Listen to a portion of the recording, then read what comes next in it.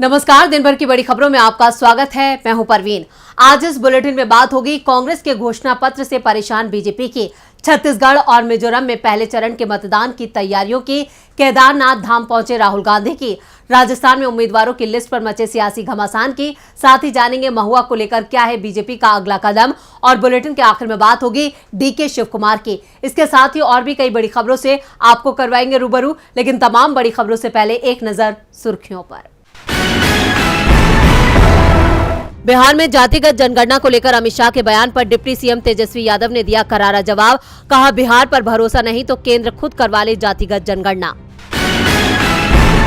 मिजोरम विधानसभा चुनाव को लेकर कांग्रेस अध्यक्ष मल्लिकार्जुन खड़गे ने दिया बड़ा बयान। कहा, कांग्रेस पार्टी ही मिजोरम में शांति और स्थिरता लेकर आई। रक्षा मंत्रालय का बड़ा फैसला, सेना में अब नहीं होगा मैटरनिटी लीव को लेकर भेदभाव, सबके लिए बराबर की छुट्टी, महिलाओं को संतुलन बनाने में मिलेगी मदद। वनडे क्रिकेट में विराट ने की सचिन के सबसे ज्यादा शतकों के रिकॉर्ड की बराबरी, दक्षिण अफ्रीका के खिलाफ बनाया 49वां वनडे शतक। ये तो थी सुर्खियां, और अब बात आज की सबसे बड़ी खबर की। छत्तीसगढ़ विधानसभा चुनाव 2023 के लिए कांग्रेस ने आज अपना घोषणा पत्र जारी कर दिया। छत्तीसगढ़ कांग्रेस ने अपने घोषणा पत्र का नाम भरोसे का घोषणा पत्र दिया है। इस घोषणा पत्र से सबसे ज्यादा परेशान बीजेपी नजर आ रही है। तो क्यों है बीजेपी परेशान, देखते हैं इस रिपोर्ट में। छत्तीसगढ़ चुनाव में कांग्रेस ने पहले चरण के प्रचार के समाप्त होने से कुछ देर पहले अपना घोषणा पत्र जारी कर दिया। कांग्रेस ने अपने घोषणा पत्र में हर वर्ग को फायदा पहुंचाने की कोशिश की है। किसान कर्ज माफी से लेकर स्कूल कॉलेज की फ्री एजुकेशन सहित कई योजनाओं को पार्टी ने घोषणा पत्र में जगह दी है। इसके साथ ही देश में इस समय सबसे ज्यादा चर्चाओं में आ चुके जातिगत जनगणना को लेकर भी कांग्रेस ने अपना रुख साफ कर दिया है। घोषणा पत्र में किसानों का कर्ज माफ होगा, पहले ही 9,200 करोड़ का कर्ज माफ कर चुके हैं। केजी टू पीजी शिक्षा मुफ्त होगी, 6,000 रुपए तेंदुपत्ता मानक बोरा मिलेगा, 4,000 सालाना बोनस। भूमिहीन मजदूरों को 10,000 सालाना मिलेंगे, पहले 7,000 मिलते थे।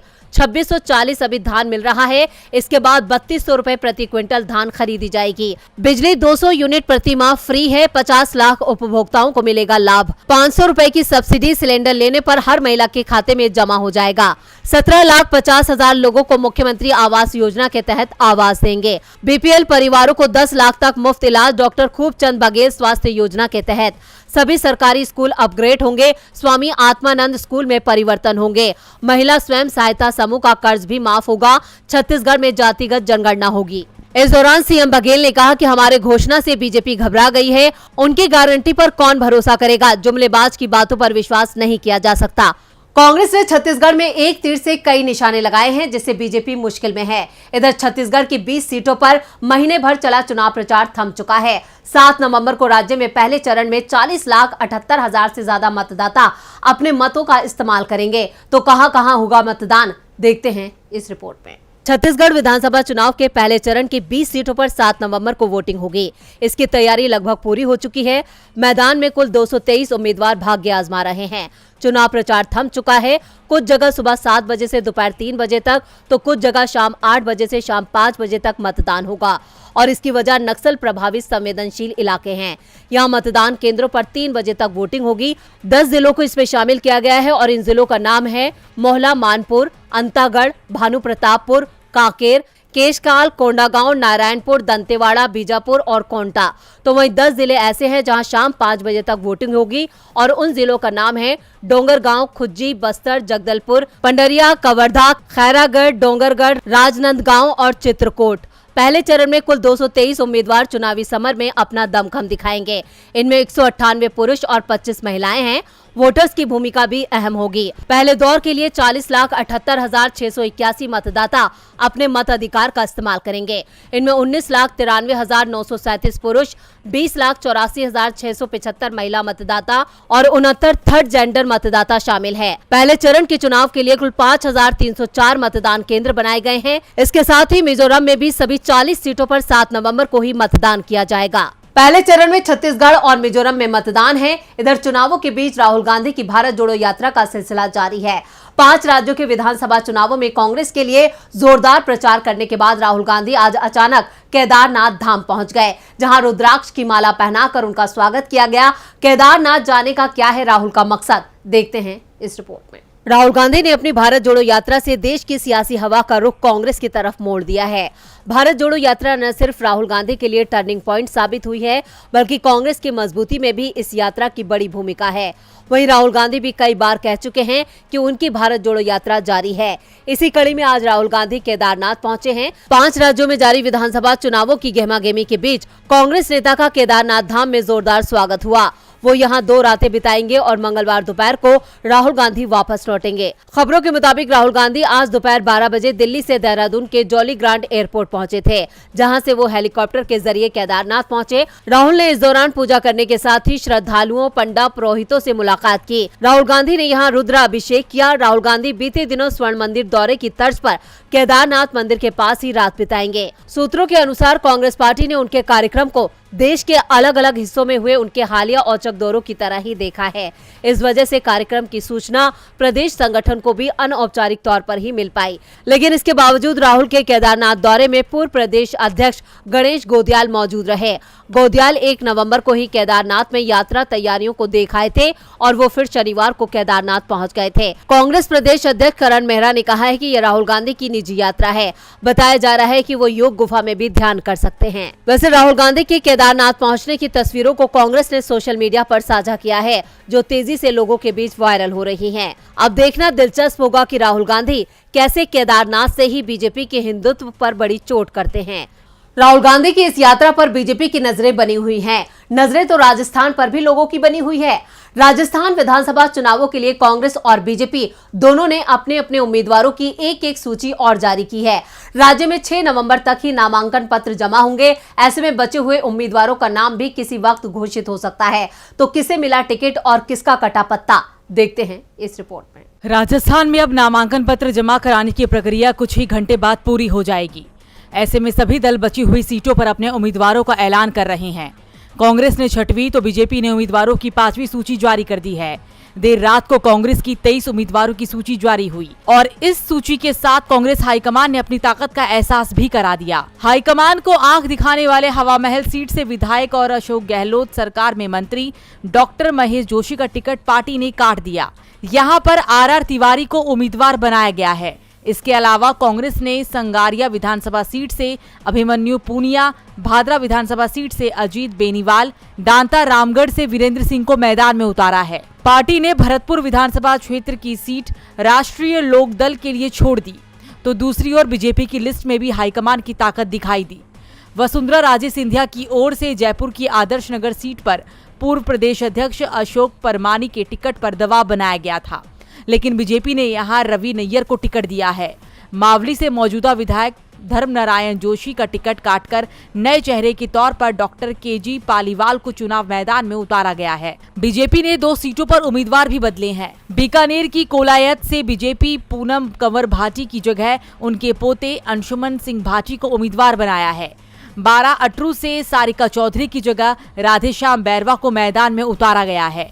इसके अलावा बाड़ी, बाड़मेर और पचपदरा से उम्मीदवार घोषित नहीं हुए हैं। इस बीच बीजेपी में आज भी बगावत की खबरें आती रही। वसुंधरा राजे सिंधिया की करीबी पार्टी के कद्दावर नेता कैलाश मेघवाल और पूर्व मंत्री यूनुस खान ने निर्दलीय चुनाव लड़ने का ऐलान कर दिया। इसके साथ ही बीजेपी के युवा नेता रविंद्र भाटी ने भी साफ कर दिया कि वो भी निर्दलीय चुनाव लड़ेंगे। कांग्रेस आलाकमान ने गहलोत के मंत्री और विधायकों को अपनी ताकत का एहसास करा दिया है। इधर बीजेपी भी महुआ को अपनी ताकत दिखा रही है, लेकिन महुआ फिलहाल बीजेपी के सामने हथियार डालने को तैयार नहीं है। वहीं संसद की एथिक्स कमेटी ने महुआ को लेकर एक और बैठक बुला ली है। महुआ मोइत्रा ने बीजेपी पर बड़ा आरोप लगाया है। उन्होंने सोशल मीडिया प्लेटफॉर्म X पर लिखा, ये जानकर मेरी रूह कांप रही है कि भाजपा मेरे खिलाफ आपराधिक मामलों की योजना बना रही है। उनका स्वागत है। केवल ये जान लें कि CBI और ED को 13,000 करोड़ रुपए के कोयला घोटाले के लिए अडानी के खिलाफ FIR दर्ज करने की जरूरत है। इससे पहले कि वो सवाल करें कि मेरे पास कितने जोड़े जूते हैं। साथ ही बीजेपी इससे पहले कि आप फर्जी कहानी के साथ महिला सांसदों को बाहर निकालें, याद रखें कि मेरे पास एथिक्स कमेटी में रिकॉर्ड की कॉपी, सभापति के घटिया, घिनौने, अप्रासंगिक प्रश्न विपक्ष का विरोध, मेरा विरोध, सब कुछ आधिकारिक काले और सफेद रंग में है, बेशर्म और बेहुदा। दरअसल 2 नवंबर को महुआ संसद की एथिक्स कमेटी के दफ्तर पहुंची थी। पूछताछ को बीच में ही छोड़कर महुआ करीब 3.25 घंटे बाद कमेटी के दफ्तर से नाराज होकर बाहर निकले। उन्होंने कमेटी के चेयरमैन पर अपमानजनक सवाल करने के आरोप लगाए थे। तो वहीं अब इस मामले को लेकर एथिक्स कमेटी ने 7 नवंबर को बैठक बुलाई है। देखना दिलचस्प होगा कि बैठक बुलाने के फैसले पर महुआ की तरफ से क्या प्रतिक्रिया आती है। महुआ और बीजेपी की ये जंग फिलहाल थमती नहीं दिख रही है। वहीं इजराइल और फिलिस्तीन की जंग भी थमती नहीं दिख रही है। इजराइल और गजा जंग में अब तक 11,000 से ज्यादा लोगों की जान जा चुकी है। इजराइल ने गजा में एक शरणार्थी शिविर पर हमला कर दिया, जिसमें कम से कम 30 लोगों की जान चली गई। हिंसक युद्ध को देखते हुए संयुक्त राष्ट्र महासचिव एंटोनियो गुटेरेस ने एक बड़ा बयान दिया है। तो क्या कहा है गुटेरेस ने, देखते हैं ये रिपोर्ट। इजराइल और गजा के हिंसक संघर्ष के 29 दिन बीतने के बाद संयुक्त राष्ट्र महासचिव एंटोनियो गुटेरेस ने एक बार फिर गहराते मानवीय संकट पर बयान दिया है। उन्होंने कहा कि इजरायली सेना की कार्रवाई के दौरान अस्पताल के बाहर हुआ धमाका दिल दहला देने वाला है। इजराइल पर हमला लोगों को बंधक बनाना और महिलाओं और बच्चों के साथ बर्बरता को भुलाया नहीं जा सकता।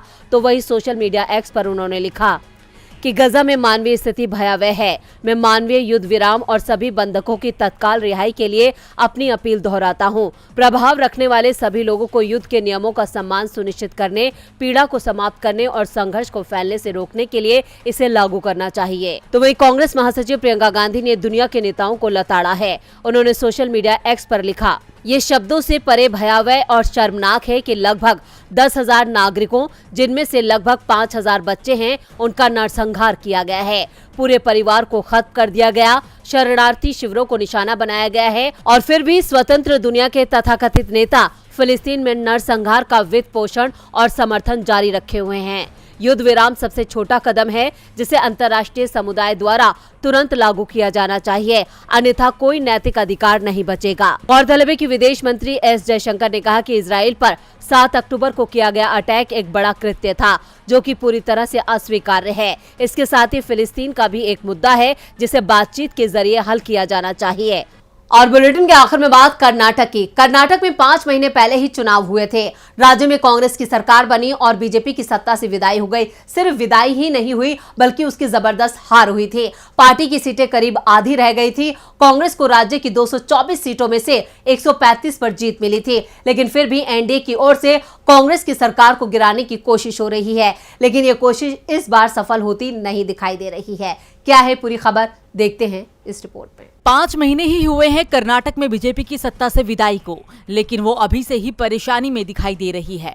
कांग्रेस के प्रदेश अध्यक्ष और deputy CM DK Shiva Kumar कई बार दावा कर चुके हैं कि बीजेपी राज्य में ऑपरेशन लोटस शुरू कर चुकी है, लेकिन कांग्रेस के विधायक इस बार पूरी मजबूती के साथ उसके साथ डटे हुए हैं। बीजेपी का ऑपरेशन लोटस इस बार कामयाब नहीं होगा। तो वहीं दूसरी ओर अब एनडीए की ओर से खुलकर कांग्रेस नेताओं को बगावत के लिए उकसाया जा रहा है। कर्नाटक के पूर्व सीएम और जेडीएस नेता एचडी कुमारस्वामी ने राज्य के deputy CM DK Shiva Kumar को मुख्यमंत्री बनाने का ऑफर दिया है। उन्होंने कहा कि अगर डीके शिव कुमार हमारे पास आते हैं तो हम उन्हें सीएम बनाएंगे। जेडीएस के 19 विधायक कुमारस्वामी का समर्थन करेंगे। इसके साथ ही उन्होंने ये भी संकेत दिए हैं कि बीजेपी के भी विधायक डीके का समर्थन करेंगे, लेकिन deputy CM DK Shiva Kumar ने कुमारस्वामी के दावे को पूरी तरह से खारिज कर दिया है। उन्होंने कहा, कांग्रेस नेताओं ने एकजुट होकर चुनाव लड़ा था, मुझे सीएम बनने में कोई जल्दी नहीं है। पार्टी नेतृत्व या किसी और से मैंने ऐसी कोई मांग नहीं की है। हाईकमान ने जो भी कहा है हम उसका पालन कर रहे हैं। सिद्धारमैया हमारे नेता हैं। यहाँ तक कि सीएम सिद्धारमैया ने भी यही कहा है कि ये हमारी प्रतिबद्धता है। शिव कुमार ने उल्टा बीजेपी पर ही तंज कसते हुए कहा कि बीजेपी में खींचतान चल रही है, वे अपने नेता तक नहीं चुन पा रहे हैं। देश में शायद ही ऐसा कोई राज्य हो कि जहां चुनाव के 6 महीने बाद में कोई पार्टी अपने दल का नेता तक नहीं चुन पाए। तो आज इस बुलेटिन में इतना ही। देखते रहिए डीबी लाइव। नमस्कार।